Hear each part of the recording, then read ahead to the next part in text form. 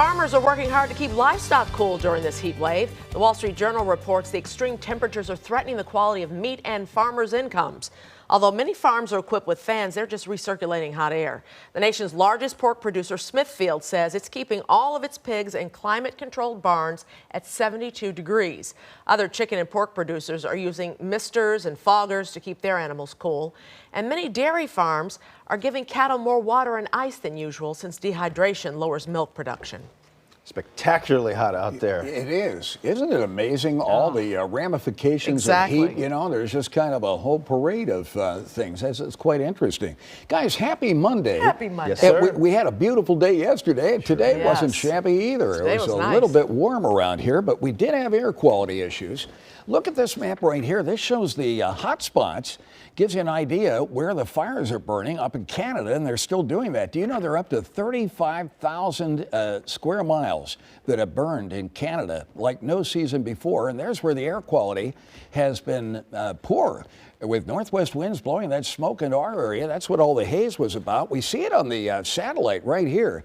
See that haziness? And you can see the densest haze all the way from Montana down into parts of Wisconsin and Illinois.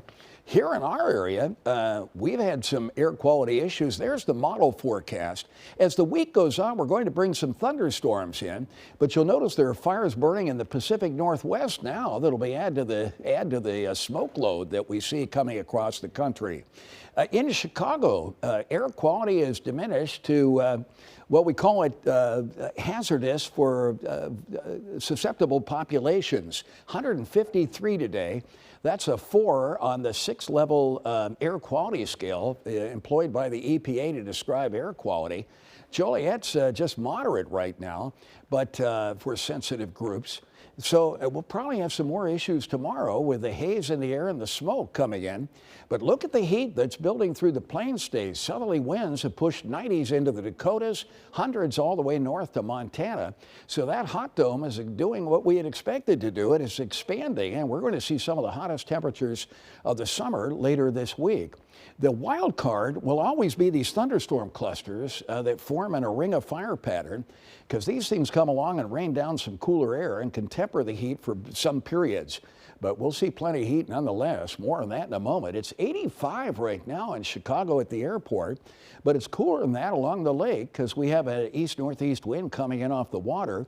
A dew point of 63, that's going to take off. We'll have the longest string of humid days we've had so far this summer as the week goes on. 63 is kind of a moderate number. When that gets above 70, which it will do on Wednesday, Thursday, and Friday, and even Saturday, that starts really feeling uncomfortable. High today was 88 at O'Hare, 86 at Midway, and 82 at the lakefront.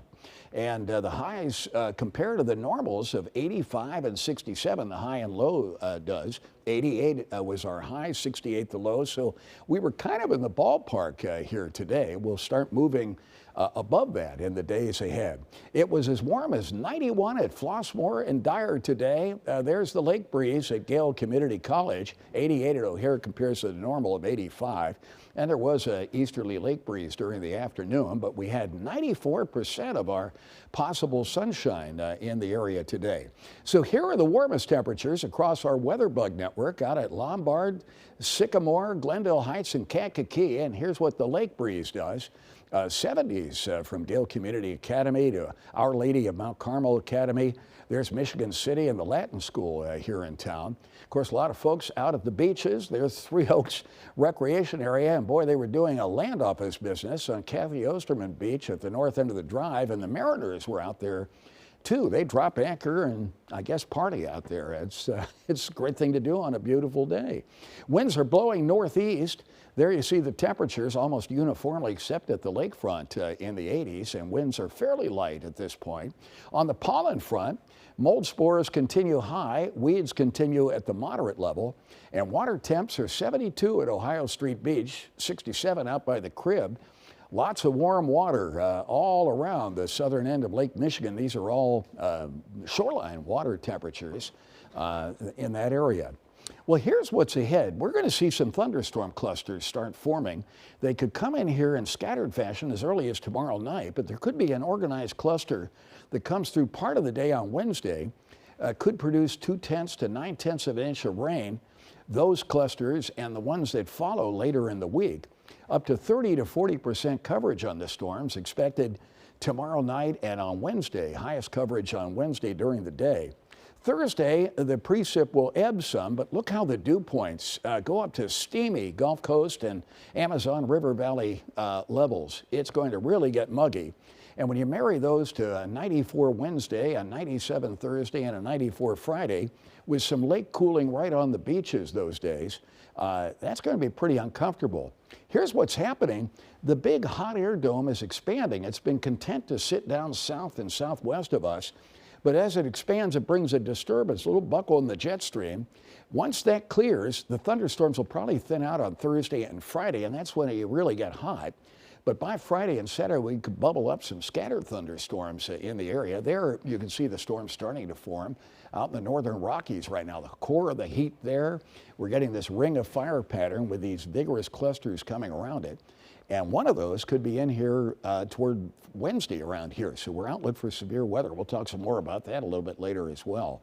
Tonight, scattered clouds, hazy, smoky, warm, and moderately humid.